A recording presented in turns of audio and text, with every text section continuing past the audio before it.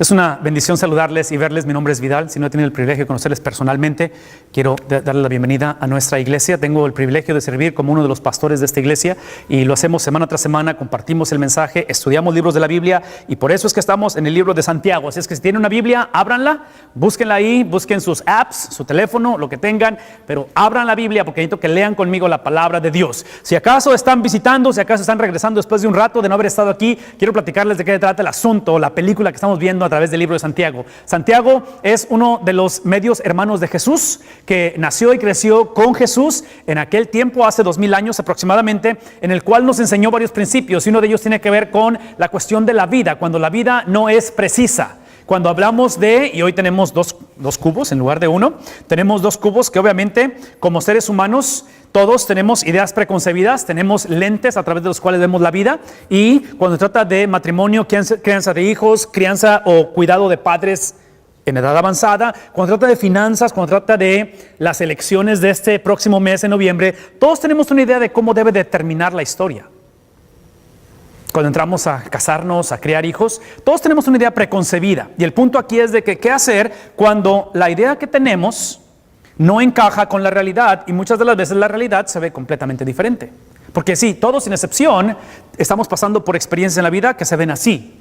Pero sabemos que si trabajamos en ello, que si nos esforzamos, que si nos aplicamos, sabemos en cómo se debe el resultado de ello, y muchas de las veces no encajan, no concuerdan la situación. Tratamos, buscamos, venimos a la iglesia, estamos diezmando, estamos tratando de cambiar y la cosa no está funcionando. Entonces, ¿qué hacer al respecto? Bueno, aprendimos en la semana número 1 que cuando la vida no es precisa, entendimos que esa falta de precisión, por lo menos de cómo la percibimos, es con el propósito de que esas diferencias o esa separación de la realidad con lo ideal es con el propósito, de acuerdo al versículo 4, dijimos de que seamos encontrados perfectos y completos o íntegros. ¿Qué implica ello? Que parte de la vida o parte del proceso de vivir es que Cristo nunca prometió un campo o una vida sin conflicto o sin desavenencias.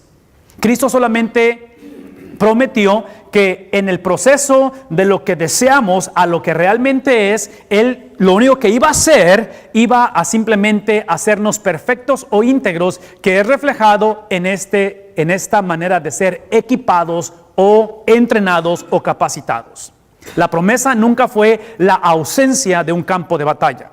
La promesa nunca fue que nunca nos íbamos a enfermar, que nunca íbamos a pasar situaciones difíciles. Es simplemente que íbamos a estar equipados o preparados para enfrentar lo que estamos viviendo o lo que se ha presentado. De tal manera que el propósito de este entrenamiento, de esta capacitación, es literalmente para que al final, vimos el versículo 4 otra vez, seamos encontrados sin que nos falte absolutamente nada. Toda persona que es completa, toda persona que es puesta en su integridad o en su madurez, es la persona que entiende que la razón de crecer o la razón de poder poner su confianza en Cristo es para que pueda servir a otros. Y hoy lo vamos a extender un poquito más este concepto en algún momento. Entonces, este es lo que vendría siendo la meta de nuestra madurez o ser encontrados íntegros o preparados o completos. De tal manera que después de que Santiago establece estos principios para las iglesias que han sido esparcidas y que literalmente se encuentran en calamidades, se encuentran en persecución, se encuentran en exilio, son los judíos llevados de entre su gente, de entre su pueblo, están siendo oprimidos localmente por los romanos, están siendo esparcidos. Santiago escribe esta carta con esas bases. Nos damos cuenta que Santiago se da cuenta que están faltos. Entonces, la palabra sí, alguno, es realmente traducida como nos damos cuenta que están faltos o que muchos de ustedes les falta sabiduría. Sí, el propósito de este entrenamiento, de esta capacitación o de esta integridad es que seamos encontrados como hombres y mujeres sabios. Ese es el propósito. Ser capacitado, ser tomado por la persona de Cristo es ser personas sabias. ¿Qué implica esta sabiduría? Implica varias cosas. Número 1, que la sabiduría es una persona. Sabiduría no es concepto, sabiduría no son ideologías nada más. Sabiduría no es simplemente el aprender de los errores del pasado. Sabiduría es una persona y su nombre es Cristo. De tal manera que ese Cristo me ayuda no a evitar los conflictos, me ayuda a distinguir cuando viene la situación difícil, a distinguir cuando es tentación o cuando es prueba. o cuando digo prueba es la palabra examen, un test. ¿Qué implica ello? Que yo entiendo que la tentación, su propósito es destruirme. En cambio, la prueba es fortalecerme. ¿Sí escuchamos eso? En otras palabras, Satanás produce en nosotros o crea en nosotros la tentación. Y lo que quiere es destruir nuestra vida de tal manera que en medio de una vida que debería de ser así, o un matrimonio que debería de ser así, él desea presentarnos algo que se ve completamente descuadrado o fuera de lo convencional porque quiere destruirnos. Muchas de las veces, cuando la vida no se ve como debe de ser y se ve compleja, Dios permite que sucedan cosas de tal manera que el propósito es moldearnos o hacernos crecer en su semejanza. El reto para nosotros como seres humanos es saber la diferencia uno de otro. Ese es el reto. El reto es entender que en un momento dado, si tomo una decisión en esa dirección, puede causar destrucción, lo cual implica que las consecuencias pueden ser irreversibles, aun cuando Dios me perdona. O si tomo esta decisión y en lugar de crecer en resentimiento, en coraje o en frustración con Dios, entiendo que esta disyuntiva, esta vida que no está teniendo en un momento dado la precisión que quiero, es porque Dios está desarrollando ese carácter en mí. De tal manera que terminamos diciendo esto hace algunas semanas. Dijimos que la tentación siempre es externa, pero la decisión de qué hacer o distinguir entre lo que viene de Satanás y lo que es permitido de Dios es interno. ¿Qué implica ello? Que tengamos cuidado en no categorizar o no poner a Satanás en un lugar o en un concepto que no le corresponde. ¿Qué significa ello? Que muchas veces el ser humano cometemos el error, sobre todo cuando la vida no tiene sentido. Tratamos a Satanás como si Satanás fuera omnipresente, omnisciente, todo lo sabe, en todo lugar está, y que literalmente no hay nada que podamos hacer. Simplemente como soy hombre tengo que hacer lo que todos los hombres hacen. Simplemente como me agarraste enojado, por eso actúo de esa manera. Simplemente por lo que me hiciste anteriormente, tengo que traer lo que llamamos en inglés retaliation. ¿Sí me explico? Empezamos a usar una lógica que en un momento dado es destructiva porque no aprendimos que sabiduría es entender que aun cuando la vida y los problemas y la tentación o la prueba son reales, tengo en Cristo la habilidad de actuar y de decidir de tal manera que podamos glorificar o crecer en similitud a Cristo, que es lo que estamos hablando. De tal manera que la semana pasada concluimos diciendo esto. Si todo esto es cierto y somos hombres y mujeres que estamos creciendo en sabiduría, entonces entendemos esto. Versículo 19, esto es la semana pasada. Dice Santiago, hermanos, porque está hablando a las tribus dispersadas, a las tribus que están en momentos de dificultad, donde están siendo atacadas por la tentación, están siendo probadas por Dios. Y dice, ustedes que son mis hermanos, ustedes que han sido redimidos por la vida de mi hermano mayor, que es Cristo Jesús, dice, tengan presente esto. Dijimos la semana pasada, ¿qué es el esto? El esto es el evangelio, el esto es la persona de Dios, el esto es Cristo, mi hermano mayor, dice Santiago. Esto es lo que quiero que estén presentes. Si hemos entendido esta disyuntiva, el propósito de la disyuntiva, si entendemos por qué la situación está caótica, es una vez más, es porque tenemos que aprender, eso lo aprendimos la semana pasada, tenemos que entender de que en medio de todo esto tenemos que ser preparados, íntegros, equipados, completos, para cargarnos unos a otros con el propósito de ¿qué? Con el propósito de que estemos listos para, ¿qué cosa? Seamos rápidos o prestos para escuchar, seamos lentos para hablar, de tal manera que el enojo no nos domine. Dije la semana pasada que el enojo no es un pecado, pero el enojo o el enojarse, la ira, es uno de los sentimientos o el sentimiento del ser humano que más usa Satanás para destruirnos. Eso es lo que hablamos la semana pasada. Entonces, al final de la historia, Santiago lo que hace es que trae estos conceptos, trae estos principios y los aplica de una manera en la cual aparentemente estos cristianos, tanto judíos como gentiles que habían venido al evangelio en estas provincias, estaban teniendo problema con escucharse unos a otros. En otras palabras, estaban siendo prestos para hablar y estaban siendo tardos o lentos para escuchar, y terminaba en ira.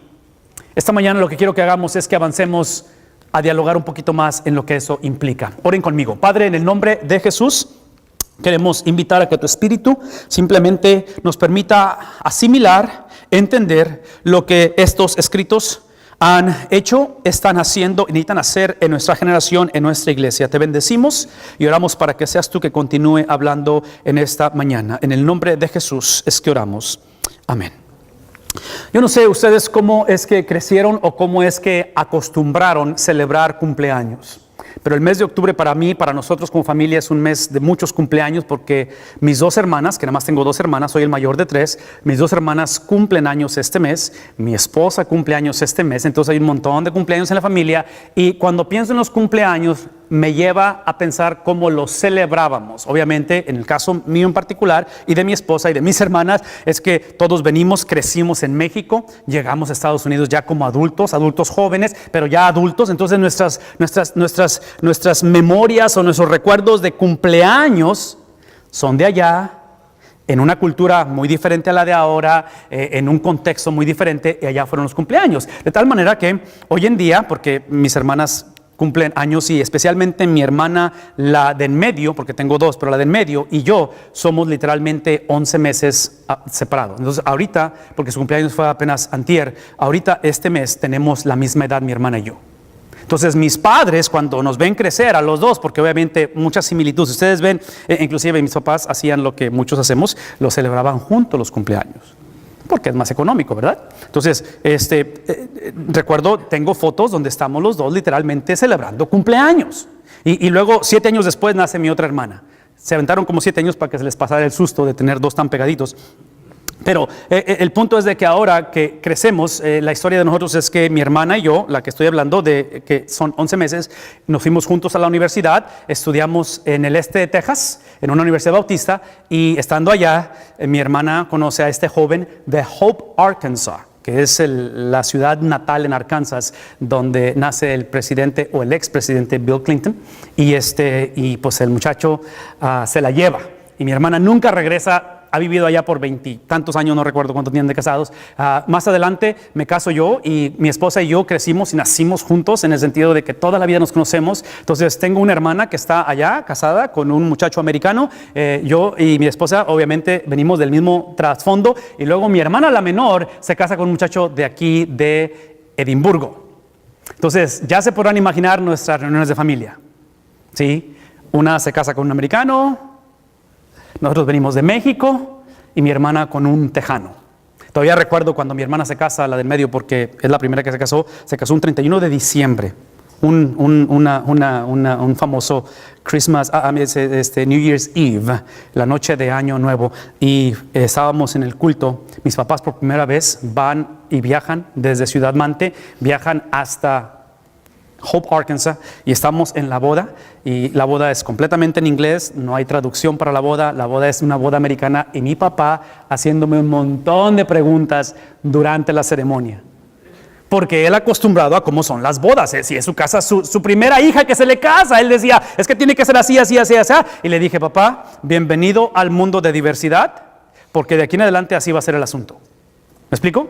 Porque del momento en que empezamos con esta mezcla de culturas, de familias, así va a ser. De tal manera que el libro de Santiago es escrito en ese contexto de diversidad. O sea, Santiago escribe a un montón de gente que fueron expatriados, fueron exiliados, fueron tomados a la fuerza por diferentes razones de entre su pueblo y fueron llevados a múltiples ciudades, a múltiples pueblos donde el evangelio empieza a infiltrarse y estos judíos son llevados de tal manera que al estar allá empiezan a hacer lo que hicimos muchos, empezamos a tener matrimonios interraciales con otras culturas, de tal manera que los hijos de los judíos empezaron a olvidar su lenguaje natal. Inclusive en la escritura de la Biblia tenemos una traducción del Antiguo Testamento al griego, porque es el tiempo en el que los griegos van a arrasar con el mundo, y los hijos de los judíos y los hijos de los hijos de los judíos, que ahora son una cultura mixta, porque ya se casaron con un montón de culturas, no hablan el idioma original de la Biblia. La Biblia fue originalmente escrita, el Antiguo Testamento, en hebreo, y a raíz de ello se hace una traducción que se le llama la Septuaginta,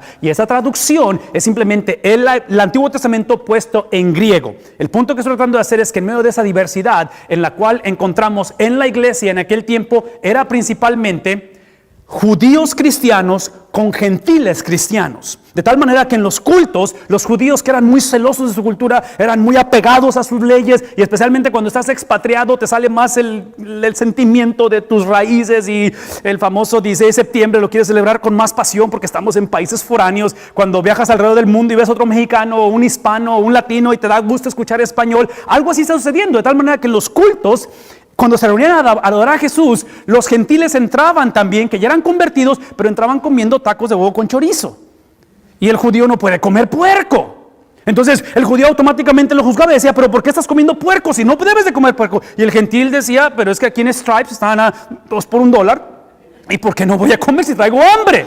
No entendía el gentil o el no judío, no entendía que en la tradición judía no podías hacer ese tipo de cosas. Entonces hay un conflicto de tal manera que Santiago escribe en un contexto de diversidad. Yo no sé exactamente dónde estás tú en este momento, pero si tienes mi edad o un poquito más de mi edad, si tus hijos han nacido en este país, voy a asumir que muchos de nosotros estamos adentrándonos en un momento de diversidad cuando vemos a nuestros hijos casarse o ser novios de alguien más diferente a como yo típicamente fui criado o pensaba. ¿No es cierto lo que está pasando? Y de aquí en adelante todo lo que voy a decir es que pónganse el cinturón de seguridad, porque de aquí la cosa se pone más diversa. Es parte de lo que estamos viviendo. El punto aquí es de que Santiago, cuando ve esa diversidad, cuando ve a los judíos, que los judíos estaban acostumbrados a ver la vida de esta manera. Los judíos decían esto: seguir a Dios es tener una conducta que agrade a Dios. ¿Qué implica ello? Que el judío era muy celoso y muy agresivo por agradar a Dios en tener un montón de leyes, en tener un montón de rituales y el tener en un montón de perspectivas o de actitudes que tenían que ver con la manera de vivir. Cuando veían la conducta de los no judíos, cristianos en la iglesia, y veían que la conducta de ellos era así, los judíos tenían problemas con ello.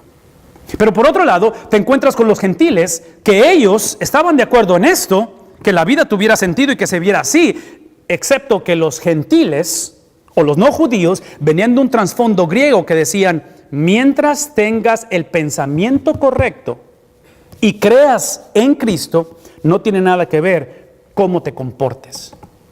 Entonces, si vives en inmoralidad, en sexualidad que es ilícita, en fin, había una disyuntiva entre el vivir o el actuar con el pensar. Y esta disyuntiva es la que encontramos en el libro de Santiago. Y por eso introdujimos desde un principio, estamos ahora en el versículo 27, versículo 28, introdujimos que en medio de estas disyuntivas, que es donde estamos hoy en día en nuestra cultura, no puede ser el factor determinante tu criterio o tu perspectiva o tu trasfondo o lo que te dijo tu pastor anterior o en qué iglesia creciste o si creciste en iglesia. Eso es irrelevante de acuerdo a la palabra de Dios. Lo importante, hemos hablado de esto por ya varias semanas, es la sabiduría. Porque la sabiduría lo que va a hacer es que va a tomar toda esta diversidad y cuando la vida no es precisa y la va a llevar a una experiencia que glorifique a Dios. Y yo voy a asumir que esta mañana ustedes están aquí porque quieren saber cómo hacer eso. Porque financieramente, emocionalmente, relacionalmente, la situación no está teniendo mucho sentido. ¿Y qué hacemos al respecto? Bueno, qué bueno que me preguntaron, porque esto es lo que dice Santiago en el versículo número 26. Si alguien de ustedes cree que tiene esto figurado, si alguien de ustedes se considera sabio, si alguien de ustedes afirma que ha aceptado a Cristo, pero su conducta no lo refleja, o ha aceptado a Cristo, pero su pensar o su sentir no lo refleja. En otras palabras, si están enamorados o casados con un montón de reglas, regulaciones y leyes, y esas leyes, reglamentos, los ponen antes que la sabiduría, de tal manera que son presos para juzgar al hermano que no está haciendo lo que ustedes hacen y le gusta el machacado con huevo. Y ustedes no comen machacado con huevo y piensan que por eso son mejores. O en este caso, ustedes que sienten que tienen libertad en Cristo, pero viven una vida inmoral o viven una vida desordenada, dice Santiago, si alguno de ustedes ha caído en esta situación, observen, tengan cuidado y se creen religiosos, dice, tengan cuidado que la sabiduría, por favor escuchen esto, la sabiduría, la similitud a Cristo es manifestada en lo que la Biblia describe como self-control, el dominio, ¿cómo se dice en español? Dominio propio. En otras palabras, escuchen esto. Toda persona que no abraza la sabiduría, en lugar de practicar dominio propio, va a tratar de practicar el dominio del prójimo. ¿Sí captamos eso? Una vez más. Toda persona que se cree sabio, que se cree religioso, que cree que realmente ha figurado esto, que sabe cómo navegar la diversidad, que sabe cómo criar a los hijos, que sabe cómo lidiar con los padres que están avanzados en edad o X, lo que sea. Toda persona es el tipo de persona que no tiene respuestas para el prójimo, tiene respuestas para sí mismo, presentada en dominio propio. ¿Qué es dominio propio? Vean lo que dice el versículo. Es aquel que le pone freno a su lengua.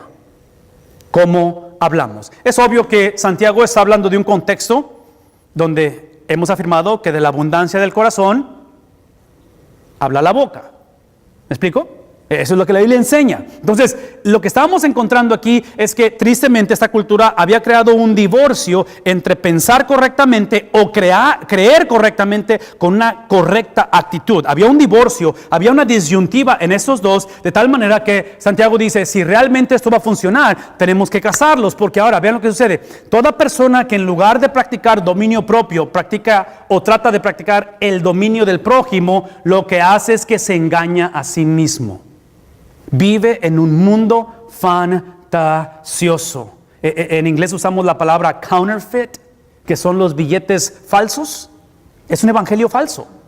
Es un evangelio falso porque tu tendencia en un contexto de diversidad, en un contexto donde la vida no es como tú pensabas que iba a ser, porque cuando me casé no pensé que iba a pasar por esto. Cuando yo estaba chica, yo siempre pensé que iba a ser de esa manera y por eso fui a la escuela y por eso tuve todo planeado. Pero nace el primer hijo y me pone el mundo de cabeza. Sí, es el tipo de persona que se predispone a literalmente encontrarse en un mundo fantasioso, en un mundo irreal. De tal manera que dice, y al final del asunto, y como vive en un mundo de engaño, de ficticio, en un mundo, otra vez, falso, es el tipo de persona que su sabiduría o su honestidad, e inclusive Santiago... Por eso Santiago, con el resto de los discípulos, con la excepción de Juan, van a ser ejecutados por esta gente. Santiago debió de haber aprendido de su big brother que cuando Cristo predicó, causaba polémica. Cristo no usó un lenguaje que fuera políticamente correcto. Entonces, vean lo que sucede. Santiago está diciendo, las prácticas de ustedes como judíos, la mentalidad de ustedes como gentiles, independientemente de lo que digan, piensen o sienten, es literalmente, la palabra en inglés es worthless, es en vano, no tiene ningún valor.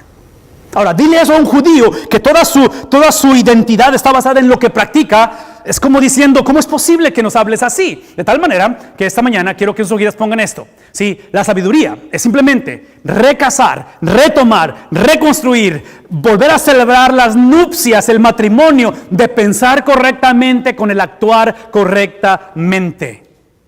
Toda persona que cree en Cristo Jesús y entiende que Él es el Hijo de Dios, esa creencia, esa asimilación tiene que ser conectada en nuestra conducta.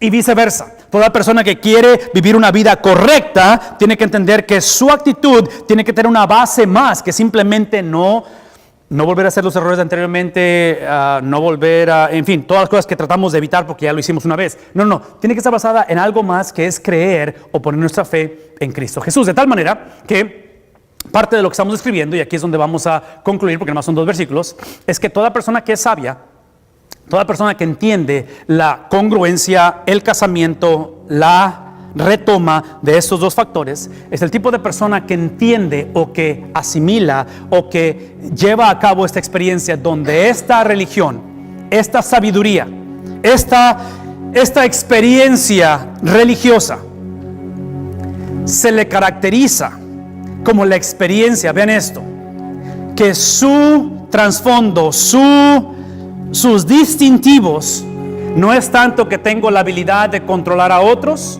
es que está caracterizada por mi dominio propio. Y este dominio propio no es porque esto me hace ser mejor que los demás, no es porque esto me hace entender que ahora soy un hijo de Dios. Vean lo que está pasando. Santiago está diciendo, toda persona que abraza el dominio propio y sabe controlar su lengua es el tipo de persona que su religión no es conocida por sus atributos que él tiene de conocimiento o de una vida íntegra. Todo es importante y qué bueno que lo hacemos, pero es conocida por la pureza y por la falta de mancha, no de la persona, pero la pureza y la vida sin mancha de Cristo. Menciono todo esto porque esta mañana sé que muchos de nosotros hemos hecho cambios muy radicales en nuestra vida. Yo sé que si habláramos de lo que hicimos antes y qué bueno que lo hemos dejado de hacer, pero esto no se trata de lo que les he dicho muchas veces domingo tras domingo. No se trata de behavior modification. No se trata de que tú te consideres puro, limpio y sin errores. Típicamente la persona que no tiene control, dominio propio y quiere tener dominio sobre el prójimo, típicamente es lo que piensa, que él es sin mancha, que él es sin error. ¿Se han dado cuenta de ello? Sí, Santiago está diciendo exactamente lo opuesto. Lo que sucede con la persona que es sabia, no está viendo la gente, tus hijos, tu esposa, tu sabiduría, tus cambios, tu inteligencia. Está viendo la sabiduría, la inteligencia, la pureza de ¿quién? De aquel en el cual pusimos nuestra confianza. Su nombre es... Y menciono esto porque, una vez más, yo no sé cuántos de ustedes sientan, espero que sientan y experimenten mañana la libertad de no pensar o no seguir pensando que tu trabajo es que no me agarren en la maroma. Mi trabajo es de que nunca más le falle a mi esposa. Mi trabajo es que al final, cuando me tengan en un ataúd, mis hijos vengan a mi funeral. Sí, todo es importante y ojalá no cometamos los errores del pasado, pero el trabajo mío no es que vean en mí una persona religiosa, una persona sabia, una persona de integridad. Todo es importante, pero lo que necesito yo hacer en mi hogar, en mi trabajo, en mis relaciones personales, en mi economía, en mis sentimientos, es que vean la pureza de ¿quién? De Cristo. Ese es mi trabajo. Ese es mi argumento, de que el dominio propio es la antesala a la reflexión, a la expresión, a la experiencia de lo que viene siendo el dominio propio. Una de las cosas que hicimos mi esposa y yo ahora hace algunos meses en Nueva York, fuimos para Nueva York y fuimos a varios shows. Y uno de los shows que más disfrutamos fue el show de la vida de Gloria y Emilio Estefano. No sé si saben quiénes son ellos, pero los famosos cubanos que vienen a Miami y hacen una revolución con la música. Pero ese es el punto. Son shows. Ni Emilio ni Gloria están presentes, pero los personajes narran la vida de ellos y la ilustran. La música y las canciones sonaron exactamente como ellos cantando. Los personajes se parecen a ellos, pero ahí no estaba ni Gloria ni estaba Emilio. Ese es tu trabajo.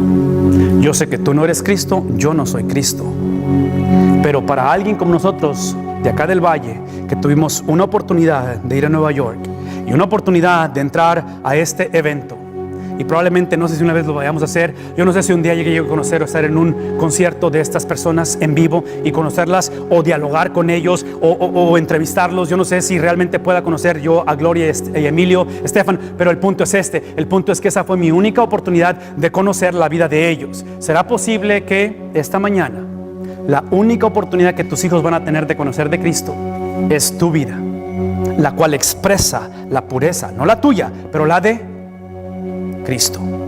Expresa una vida sin mancha, no que tu vida esté sin mancha. ¿Quién está sin mancha? El cordero inmolado por Dios, aquel que no conoció pecado y por amarnos se hace. Sí, escucha lo que está pasando, porque dice esto, ve cómo termina aquí. Dice, ya cuando has aprendido a tener dominio propio reflejado en tu lengua, ¿cómo hablas? Entonces expresas no tu pureza, no tu vida sin mancha, pero la de Cristo, de tal manera que ahora, vean esto, es así que tus prácticas, independientemente qué tan fragmentadas están o qué tan figuradas están, es que entonces son aceptadas delante de ¿quién? ¿Delante de quién? No de Dios, no de un padre, es de nuestro Padre. ¿Sí ven la diferencia? No es nada más que esta experiencia me lleva a conocer al Dios verdadero, al Dios que es por encima de todos los dioses, aquel que me creó, aquel que formó, aquel que mi abuelita me decía cuando estaba chiquito, aquel que en la iglesia. No, escuchen esto. Está hablando de una relación íntima, porque somos hermanos. Lo que nos une no son necesariamente nuestras diversidades, nos une la unidad de Cristo la unidad de Cristo con su Padre Celestial. Lo que Cristo hace con el Padre es lo que hace que yo y tú y mis hijos y mi esposa y yo podamos coexistir, porque si no enfoco mi vida en la unidad del Padre con el Hijo, que es lo que acepta esta religión o esta relación, escuchen lo que voy a decir, mi tendencia va a ser de yo tratar de ejercer dominio sobre mis hijos, yo ejercer dominio sobre el próximo presidente de este país, yo y mis ideas preconcebidas decir lo que la iglesia debe de hacer o debe de ser, y más vale que estén de acuerdo conmigo. ¿Sí ven lo que está sucediendo aquí? Estamos enfatizando esta relación con el Padre, de tal manera que simplemente dice él, esta relación con el Padre es la que al final es expresada en atender a quién. Atender a los destituidos, al huérfano, a la viuda. ¿En qué tiempo? ¿En qué tiempo? Por favor, escúchenme. Sí, esta expresión de Cristo, este preámbulo de dominio propio es expresado, es vivido, cuando ahora tengo la habilidad de invertir y de dar para aquellos que nunca van a tener la oportunidad de darme algo en retorno. No es más.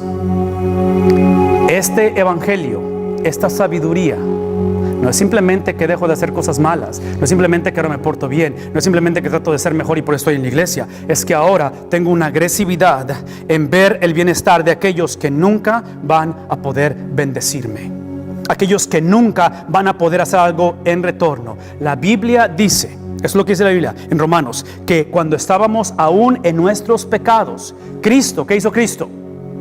Por favor, véanme tantito. Cristo no murió por lo que tú eventualmente te ibas a convertir. Cristo no murió por el proyecto de que tú eventualmente ibas a dejar tu manera de vivir o tu manera de pensar. O sí, Cristo murió cuando éramos literalmente enemigos de Dios. ¿Sí? Hoy en día cometemos el error de no ejercer dominio propio, queremos ejercer dominio del prójimo e invertimos en ella o invertimos en él porque creemos que un día ella va a entender, un día él va a recapacitar, un día él va a venir. ¿Qué si te dijera que nunca la persona va a cambiar? ¿Como quiera invertiríamos? ¿Como quiera te quedas casado? ¿Como quiera luchas por ellos? Sabiendo que nunca esa persona va a hacer lo que tú esperas que la persona haga. Dime lo que está sucediendo. Estamos atendiendo a huérfanos, a viudas en tiempos de aflicción, de tal manera que esa es la manera, esa es la única manera que Santiago está poniendo, es que vas a poder ejercer, mantener una pureza, una vez más, mantenerte sin mancha en un mundo que está como corrupto. En un mundo que está corrupto. Es la única manera que vas a poder evitar ser un cristiano counterfeit. Un cristiano nada más de labios hacia afuera. Un cristiano que es presto para y lento para, que termina explotando en ira y en enojo, que termina demandando por qué la gente no piensa como yo, por qué no actúan como yo, por qué no sienten como yo, por qué es que entre más confío más me empieza a desilusionar esta situación o esta cultura o este mundo. Sí, esta es la mañana en la cual yo quiero invitarles a que allá en sus hojitas simplemente ejerzamos el entender que hay una estira y afloja de involucramiento que puede potencialmente ser con apatía en la cultura en que vivimos, y vemos los candidatos presidenciales y decimos, no sé si a quién irle, al Pinto o al Colorado, no estoy completamente seguro por quién voto, prefiero mejor abstenerme de no votar, podemos decir eso, o en un momento dado involucrarnos de tal manera que ahora estoy demasiado involucrado con el mundo, que hay en mí esta cuestión donde me camuflajeo y no hay diferencia entre mis valores como cristiano y simplemente convertirme en monedita de oro y tratar de complacer a todo el mundo. Esta mañana yo quiero que terminemos nuestro tiempo simplemente abrazando el concepto de la sabiduría, entender que la sabiduría es el reflejo de pureza y de una vida sin mancha, no la mía, sino la de Cristo. Y probablemente lo que quiero enfatizar es que la base de esto es, dice Santiago, esto es lo que nuestro Padre acepta. ¿Es tu Padre? ¿Lo ves como tu Padre o como el Padre de alguien más? ¿Es el Padre de tus padres? ¿Es el Padre de tu abuela? ¿Es el Padre de alguien más o realmente lo conoces?